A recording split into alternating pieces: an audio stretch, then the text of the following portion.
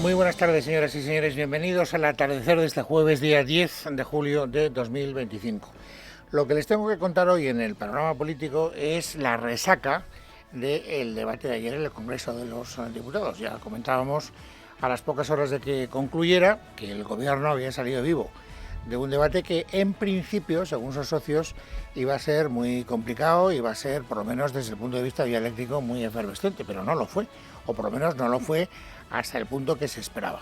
De tal manera que hoy lo que tenemos son muchas declaraciones de alivio por parte de los miembros del Gobierno. No ha hablado Sánchez, pero sí que han salido a la palestra con el argumentario debajo del brazo a algunos de los miembros de su Ejecutivo, empezando por la ministra portavoz, Pilar Alegría, que ha estado en Televisión Española y que efectivamente ha vendido el éxito de ayer, porque ella considera que fue un éxito, de esta manera. Se demostró, ayer creo que se vio más allá, evidentemente, como les decía, ¿no?, de la posición de los distintos grupos parlamentarios. Yo sí que le diría que tras el debate que ayer vimos se ha renovado ese acuerdo, sobre todo de investidura, se ha fortalecido y por ende también el gobierno de coalición.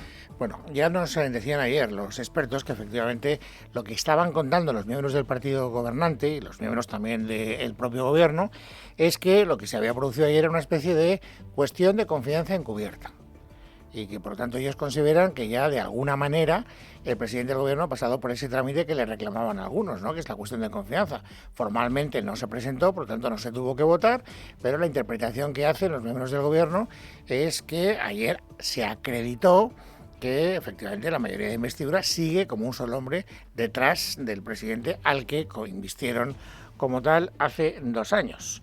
Óscar López, otro de los ministros que ha salido para defender esa misma idea. Escúchenle esta mañana. Bueno, yo creo que es muy evidente, ¿no?, que fue desde luego una victoria política de primer orden para el Gobierno y para el presidente del Gobierno, para Pedro Sánchez. Algunos ponían ayer en duda la continuidad de este Gobierno y lo cierto es que el Gobierno salió reforzado del pleno de ayer. Bueno, sí, es verdad que salió vivo, eso está claro.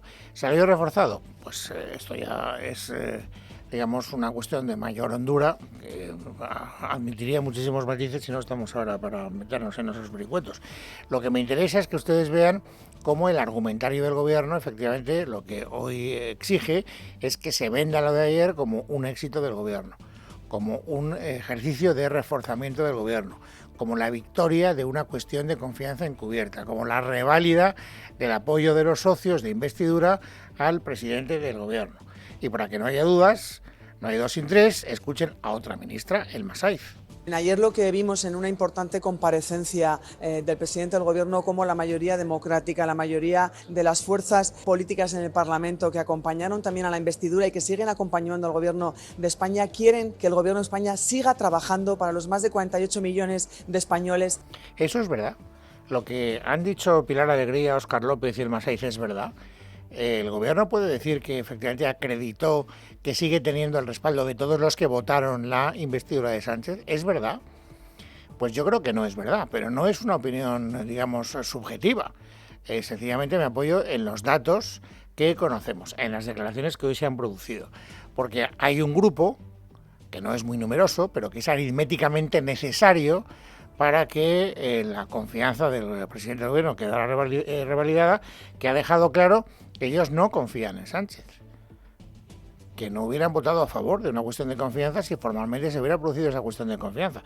Ya saben a quién me refiero, a Podemos, que naturalmente lleva en esa actitud desde hace muchísimo tiempo. Y yo tengo para mí que además es la verdadera razón por la cual el presidente del Gobierno no se atrevió formalmente a plantear una cuestión de confianza, porque hizo sus números y se dio cuenta de que Podemos votaría en contra y por lo tanto que perdería la cuestión de confianza. Por eso no la presentó formalmente y por eso ahora nos quieren vender una historia que yo creo que no se compadece con lo que ayer ocurrió en el Congreso de los Diputados.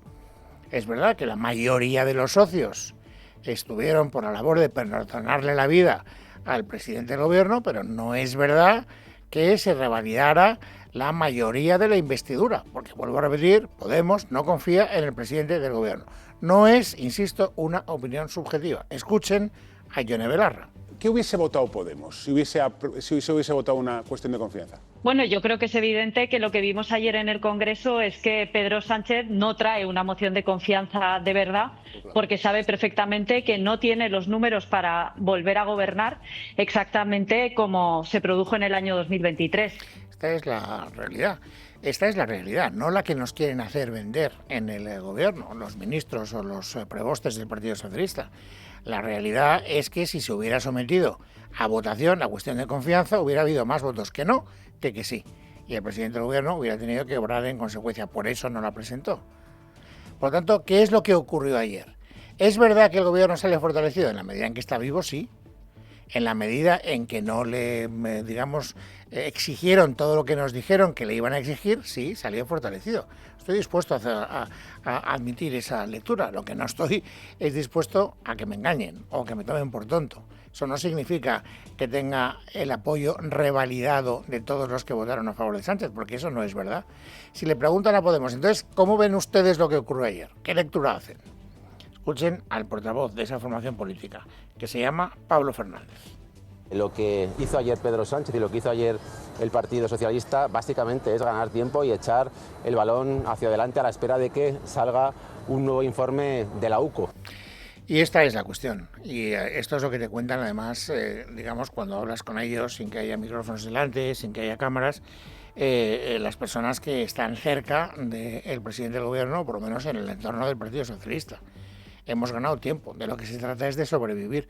Hay muchos titulares hoy en la prensa que lo reflejan con toda claridad. El presidente del gobierno ha ganado hasta septiembre, si no hay ninguna sorpresa en el cortísimo plazo. Y esto es lo que él va haciendo, sobrevivir día a día. Y va ganando batallas que le permitan decir, bueno, en septiembre ya veremos qué es lo que pasa. Él espera que haya sentencia Kitchen y que por lo tanto el Partido Popular pues pase por una situación apurada, que se desvíe. Navegaste más allá del horizonte, luchando contra krakens y surcando tormentas. Tu para golpeó la tapa de un cofre perdido hace siglos, mientras preparabas una lasaña. Tu imaginación es libre cuando escuchas. Descubre audiolibros de aventuras en Audible. Se requiere suscripción. Consulta los términos en audible.es. Escalaste la escarpada pared del acantilado. Alcanzaste cimas a las que ningún otro ser humano había llegado, mientras esperabas en el interminable control de seguridad. Tu imaginación es libre cuando escuchas. Descubre audiolibros de aventuras en Audible. Se requiere suscripción. Consulta los términos en audible.es. Un poco la atención y vamos a ver si así va ganando tiempo. Pero es verdad lo que dice Pablo Fernández y lo que dicen muchas otras personas que no lo quieren reconocer con nombres y apellidos, pero que te lo dicen cuando hablas con ellos. Ha ganado tiempo. Luego veremos que también esa es la opinión de otros grupos, por ejemplo, de Junts per Catalunya. ¿Y hasta cuándo podrá dormir tranquilo el presidente del gobierno? Hasta que haya un nuevo informe de la UCO o un nuevo movimiento judicial. Y hoy se ha producido algo que tiene valor informativo interesante, que además combina los dos factores, la actividad de la UCO y del juez. ¿Por qué? Pues porque la UCO considera que es necesario que se conozcan las donaciones realizadas por José Luis Ábalos al Partido Socialista en los últimos 10 años. No le cuadran las cuentas. Y entonces le ha pedido al juez, por favor, que ordene una investigación para ver dónde está el dinero que dice Ábalos que le dio al PSOE, pero que en la contabilidad que la UCO está registrando no aparece por ninguna parte. ¿Qué ha hecho el juez? Decirle a las entidades correspondientes que, en función de lo que pide la UCO, procedan con carácter inmediato a esa investigación. Ángel Hernández. En un oficio, la UCO ha reclamado al Tribunal Supremo que pida al Partido Socialista un informe detallado de todas las cantidades dinerarias abonadas por José Luis Ábalos al referido partido, porque la agencia tributaria imputa al exministro de Transportes haber realizado donaciones por un total de 44.729,29 euros, mientras que en los productos bancarios del exsecretario de Organización del PSOE solo existe constancia de pagos al partido por un mono total de 8.471,36. Tras recibir la petición de la UCO, el magistrado del Alto Tribunal, Leopoldo Puente, ha dictado un auto donde ordena que se informe de todas y cada una de las donaciones que se hubieran realizado por José Luis Ábalos al partido, indicando la fecha, método de pago, cuenta bancaria de origen, concepto y o comentario salario, así como cualquier otro dato que tengan asociadas los referidos abonos. En su auto explica que acuerda estas diligencias de investigación con el propósito de esclarecer aparentes faltas de sintonía en la información disponible acerca de la verdadera situación económica de Ábalos. Y no es el único auto que ha dictado hoy el juez del Tribunal Supremo, Leopoldo Puente.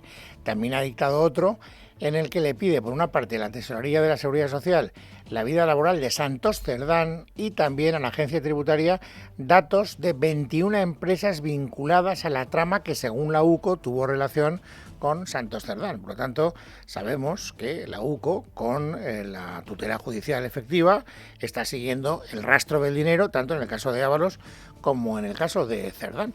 ¿Y por qué esto es interesante? Al margen de que porque nos puede acercar a la verdad del verdadero perímetro de la trama de corrupción que se está investigando. Porque uno de los factores que más preocupan a los socios del gobierno es que pudieran aparecer pruebas de financiación irregular del partido. Por eso tiene interés que no le cuadren las cuentas a la UCO en las donaciones de Ábalos al Partido Socialista, y por eso le ha pedido al Partido Socialista que aclare la contabilidad que tenía con José Luis Ábalos, que era ni más ni menos que secretario de organización. Si esto efectivamente deparara alguna noticia ingrata para el gobierno, es decir, si el juez tuviera indicios que le permitieran pensar que ha habido financiación irregular del PSOE, entonces estaríamos ante la famosa escalada de la que ayer hablaba Rufián en el debate de investidura.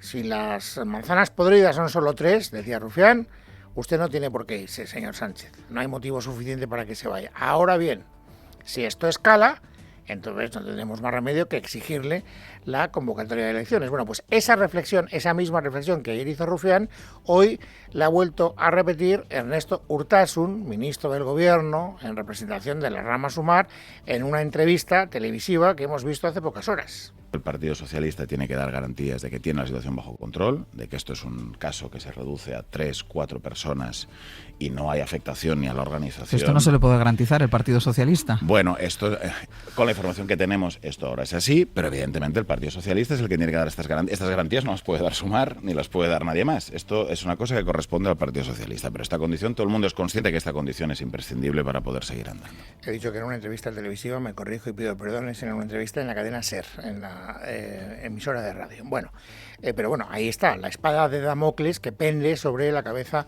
de Sánchez o del Partido Socialista. Esta es la cuestión. Ayer ganó un poquito de vida, ganó un poco de tiempo el señor Sánchez, pero no despejó para nada las dudas y tampoco garantizó que no podamos tener noticia en un futuro más o menos próximo de que haya financiación sospechosa que el juez esté investigando en los aledaños del Partido Socialista. Esto por una parte. Y luego tenemos otra espada de Damocles, que es la de los partidos independentistas catalanes. Ayer vieron ustedes que Sánchez estuvo, yo creo que especialmente volcado en no enfadar a Junts per Catalunya, porque sabe que Junts per Catalunya es probablemente uno de los puntos débiles de los apoyos parlamentarios que ha tenido que ir recolectando durante el tiempo que iba siendo presidente del gobierno desde las últimas elecciones generales. Y hoy ha habido unas declaraciones que a mí me parece que también son muy interesantes y muy reveladoras de Jordi Turull, que es el secretario general de Junts per Catalunya. ¿Y qué ha dicho Jordi Turull? Pues para empezar, fíjense esto. Y habrá un momento que Junts per Catalunya y habrá un momento en el que Junts per Catalunya dirá hasta aquí hemos llegado, porque fíjese en una cosa que pasó ayer y es curiosa. Algunas fuerzas políticas decían, si dejamos caer a Pedro Sánchez vendrá la derecha y la extrema derecha. Si deixeu caure Pedro Sánchez ve la dreta i l'extrema dreta. Això diu Rufián, Esquerra. Que vol dir que també arribarà. Sí, y eso quiere decir que también llegará la derecha y la extrema derecha, ¿no? Y sí es lógico decir que si el caso Santos Cerdán va más, dejemos caer a Pedro Sánchez, supongo que mucha gente entenderá que si los incumplimientos con Cataluña van a más, dejaremos caer a Pedro Sánchez. Deixem caure a Pedro Sánchez. Por lo tanto, que no caiga Pedro Sánchez depende de que el señor Sánchez, el presidente del gobierno, atienda las demandas que está haciendo Junts per Catalunya en relación a lo que ellos consideran que es importante para Cataluña. ¿Y cuáles son esas demandas?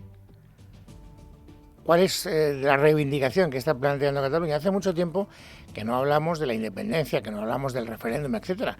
Pero lo que queda muy claro en la entrevista de Jordi Turull es que lo que le están pidiendo a el señor Sánchez, cada vez que se reúnen en Suiza, algún día conoceremos las actas, es que se resuelve el conflicto político. Ayer decía Sánchez, ya no hay conflicto político entre España y Cataluña. Y esto a Junts le ha sentado muy mal. Escuchen a Turull. Si pel senyor Pedro Sánchez... Si para el señor Pedro Sánchez no hay conflicto entre Cataluña y España, no cabe la mesa de negociación en Suiza, porque ellos lo que nos quieren demostrar es que han venido a comprar tiempo, pero nosotros no estamos para regalar tiempo al señor Pedro Sánchez, nosotros estamos para defender a Cataluña y los intereses de los catalanes, y entre ellos la resolución del conflicto político, porque los catalanes el 1 de octubre de 2017 votaron y dijeron lo que querían que fuese Cataluña, que es un Estado independiente. Que volia que fos Catalunya, que és un estat independent. Bueno, hasta aquí la primera parte de lo que yo considero que es el análisis de lo que ocurrió ayer. Es decir, es verdad, el gobierno salió vivo y esto pues probablemente... Navegaste más allá del horizonte, luchando contra Karakens y surcando tormentas. Tu para golpeó la tapa de un cofre perdido hace siglos, mientras preparabas una lasaña. Tu imaginación es libre cuando escuchas. Descubre audiolibros de aventuras en Audible. Se requiere suscripción. Consulta los términos en audible.es. Escalaste la escarpada pared del acantilado. Alcanzaste cimas a las que ningún otro ser humano había llegado, mientras esperabas en el interminable control de seguridad. Tu imaginación es libre cuando escuchas. Descubre audiolibros de aventuras en Audible. Se requiere suscripción. Consulta los términos en audible.es. Es lo que se quería Sánchez con carácter perentorio, lo consiguió.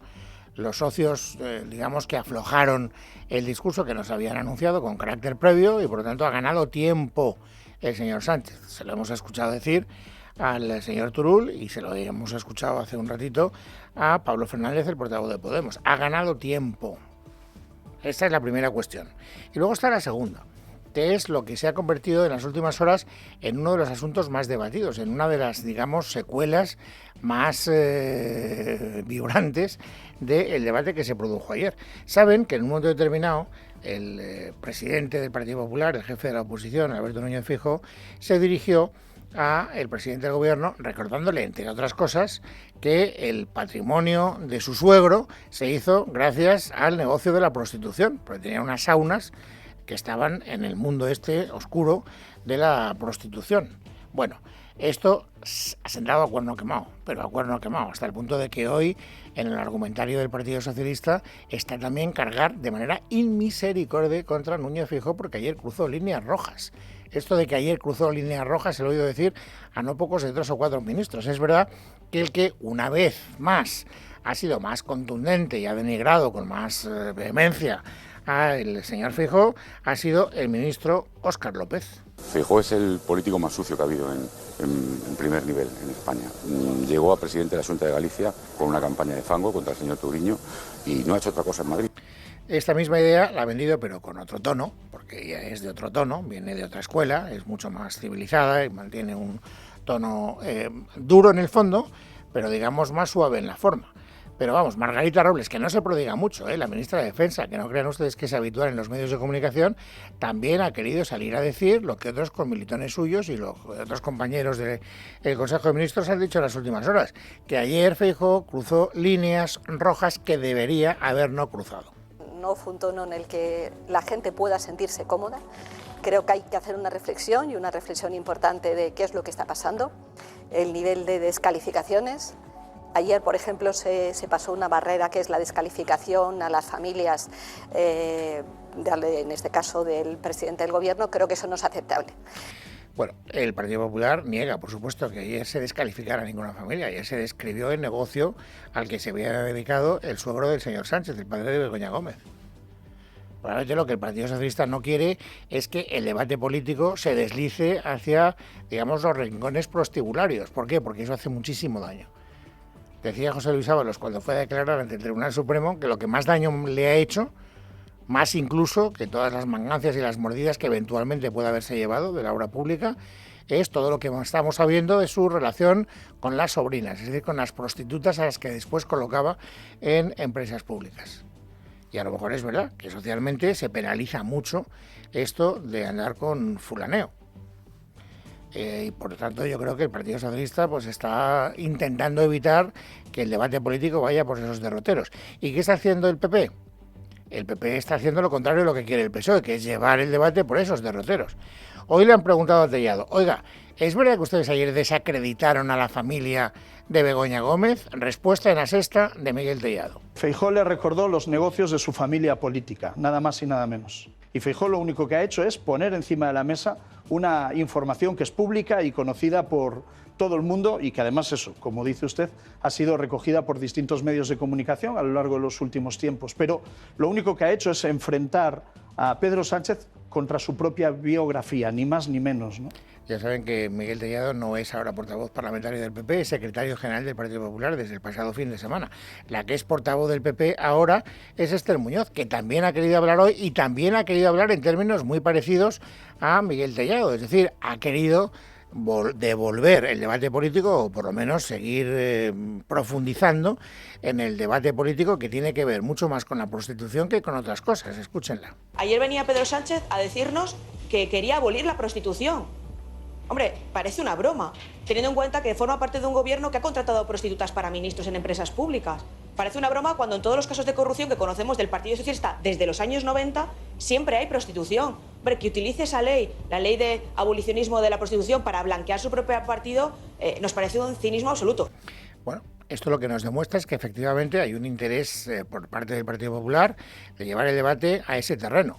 Y también creo que el Partido Socialista está horrorizado ante la posibilidad de que el debate se pueda llevar a ese terreno por el daño social que eso hace. Esta es la impresión que yo puedo tener.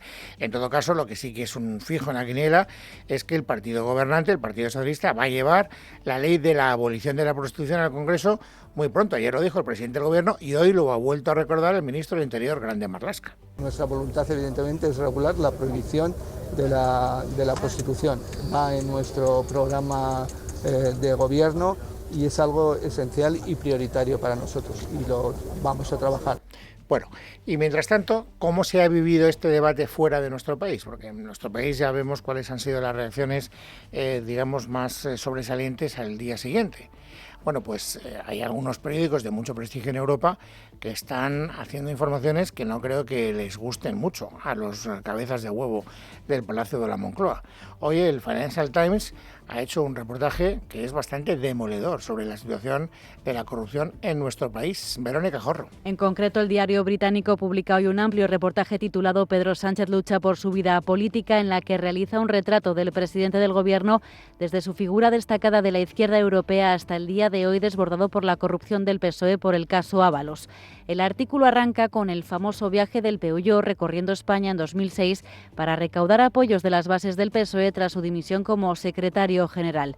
Según el Financial Times, aquel viaje marcó la semilla de lo que se ha convertido en la mayor crisis de su mandato, marcado por un escándalo de corrupción que involucra a sus colaboradores más cercanos, a los que el diario británico denomina triángulo tóxico: Santos Cerdán, José Luis Ábalos y Koldo García, acusados de aceptar sobornos a cambio de contratos públicos.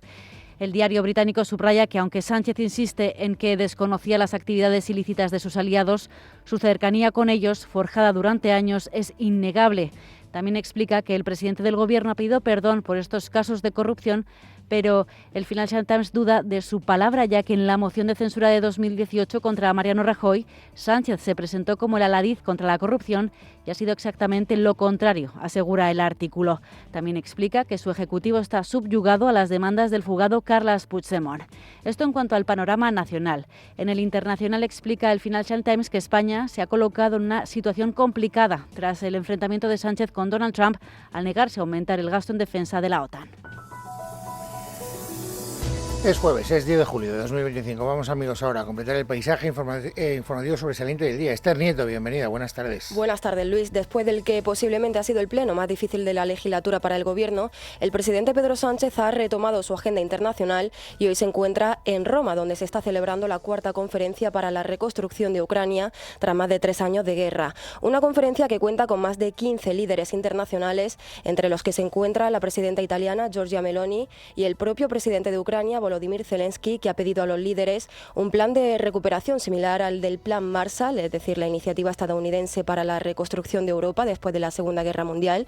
Y por otro lado, Zelensky también ha pedido unanimidad para utilizar los activos rusos congelados en el proceso. Nuestro país, por su parte, se muestra abierto a colaborar en esa reconstrucción y a su llegada a Roma, Pedro Sánchez ha anunciado estas medidas. La creación de una oficina para la reconstrucción de Ucrania, dependiente del Ministerio de Economía del Gobierno de España. Y 2, celebraremos, antes de finalizar el año, un encuentro mixto entre España y Ucrania, también un encuentro empresarial para que aquellas empresas que estén interesadas en poder contribuir a la reconstrucción de Ucrania, presente y futura, pues se puedan desplegar sobre el territorio y conocer también cuáles son las oportunidades que pueden tener en Ucrania.